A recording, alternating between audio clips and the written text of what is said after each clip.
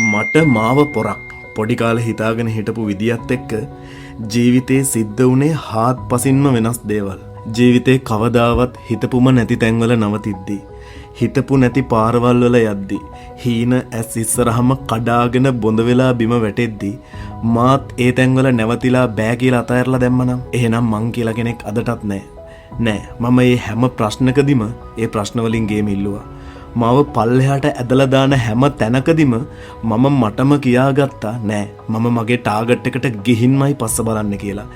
එකින් එක හීන අහුලද්දී, අලුතෙන් ඒවා පාට වෙනකොට සතුටු කාරණා හමු වෙද්දී මම තේරුම් ගත්තේ සමහර දේවල් උනේ මගේම හොඳට කියලා.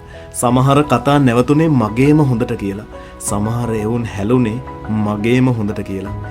ඒකම මට හිතුනේ ඊගාව දේ තමයි මහ කුණාටු මැදත් මහ නියංකාලවලත් මගේ හිත මාවම කොච්චර ඉස්සරහට තල්ලු කරගෙන එන්නේ නැතිද කියලා. මම මාව දරාගත්ත තැන්, මාව තනි නොකරපු තැන්, මාව ආදරෙන් බලාගත්ත තැන් දිහා ආපහු හැරිලා බලද්දී මට දැනෙන්නේ මං ගැන පුදුම ආඩම්බරයක්. ඉතින් කවදා හරි මම මාවම දිනවනවා. ඉතින් මේ ලෝකේ මම කාව හරි ෆලෝ කරනවා නම්, පොර කරගෙන ඉන්නවා නම් ඒ මාවම තමයි, ඒ මම්ම තමයි. මට මාව ලොවෙත් නැති පොරක්. එච්චරයි.